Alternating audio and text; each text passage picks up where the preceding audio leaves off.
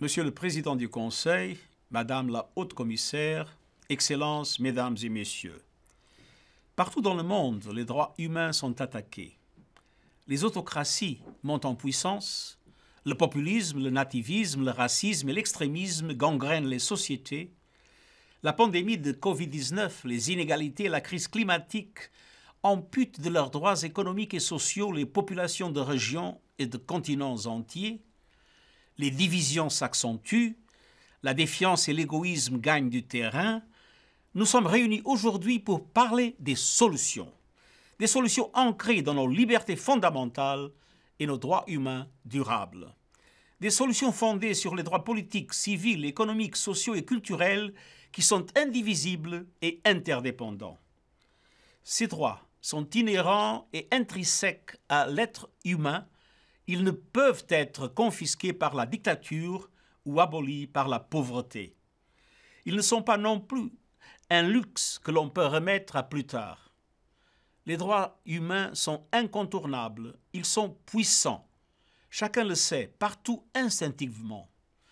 Les autocrates en particulier savent que les droits humains constituent la plus grande menace pour leur pouvoir.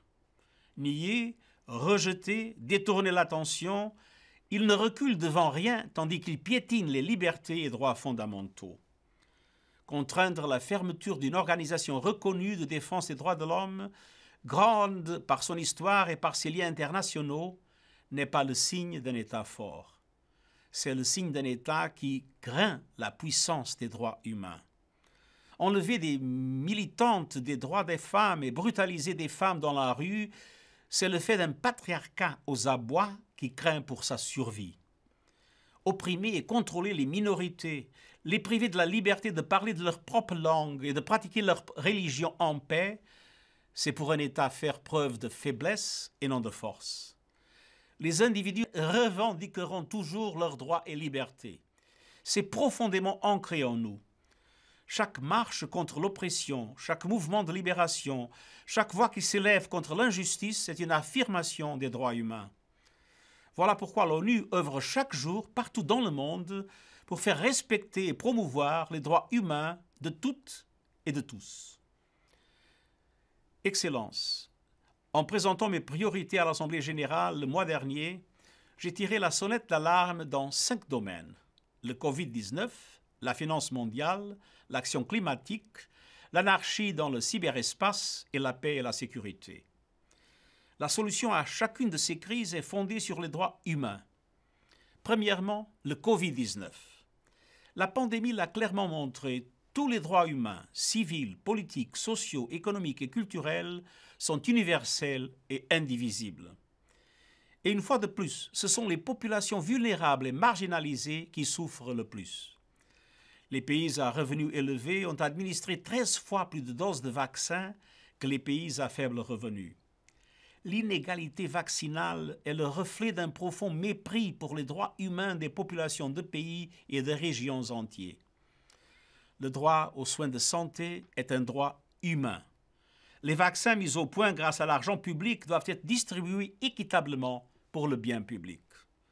J'exhorte tous les gouvernements, les compagnies pharmaceutiques et les partenaires à offrir d'urgence un soutien politique et financier à la stratégie mondiale de vaccination de l'Organisation mondiale de la santé, dont l'objectif est de vacciner 70% de la population de chaque pays. Je les exhorte à agir dès maintenant sur la levée des brevets et les transferts de technologies.